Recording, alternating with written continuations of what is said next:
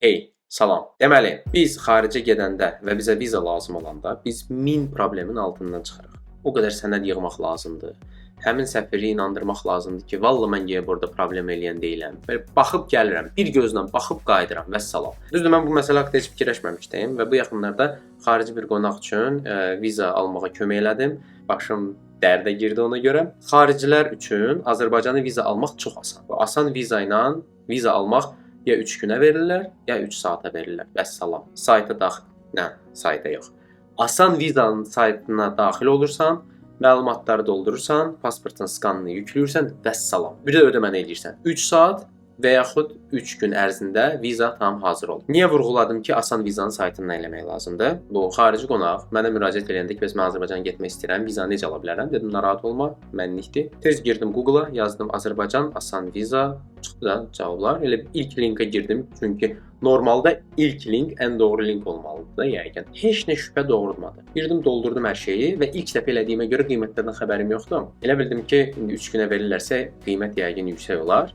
135 evro çıxdı qarşıma. Dedim, olsun da ödəyərəm, sonra məni ödəyər qonaq. Vizanı belə ödəməni elədiyim anda birdən mənə danq elədi ki, ayda, bəlkə bu kənar sayt. Tez saytın adına baxdım. Azərbaycan vizası nəsə belə bir giydirmə bir dənə kənar sayt çıxdı. Burada başa düşdüm ki, çox böyük loxluq elədim. Məsələ nədir? Qanunsuz bir şey deyil. Yəni hardasa turizm şirkəti qeydiyyatdan keçirə bilər.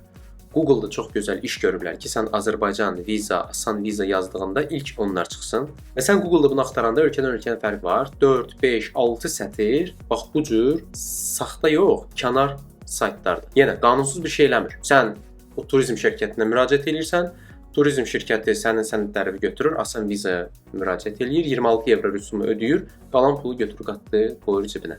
Vəssalam. Bəzi bizim səfirlərin saytında da yazılıb ki, biz öhdəlik daşımırıq. Belə bir planla rastlaşsan, ancaq və ancaq asan vizanın saytından girin başvura. Düzdür, səfiri öhdəlik daşımır. Mən səhv eləmişəmsə, səfiri neynəsin?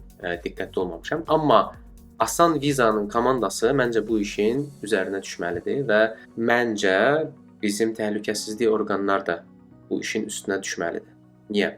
Vətəndaşların məlumatları heç yerə getmir, çünki vətəndaşlara viza lazım deyil. Vətəndaşlar normal oturur samolyota, gəlir Azərbaycana.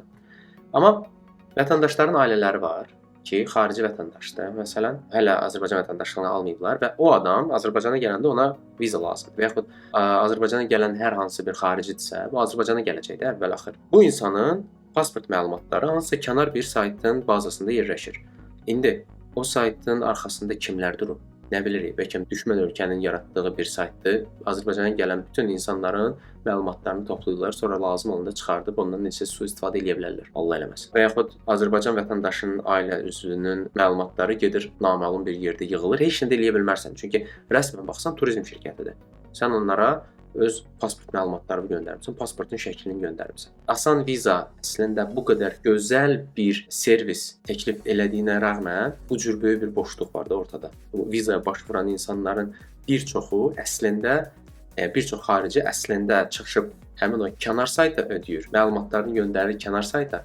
Həmin kənar sayt o insanın əvəzinə götürür asan vizaya başvurur və adam gəlir Azərbaycana. Ona görə siz də xarici dostlarınıza viza eləyəndə çox diqqətli olun. Mən də linki aşağıda yerləşdirəcəm. Ancaq və ancaq asan vizanın saytından girib vizaya başvurun. Xırda bir məbləğdir. Aldanmayın. Videonu paylaşın. Çox xahiş edəcəm və asan vizanın komandasından bu videoya kimsə baxırsa, təhlükəsizlik orqanlarından bu videoya kimsə baxırsa, bu məsələnin üzərinə düşün. Bu çox ciddi məsələdir.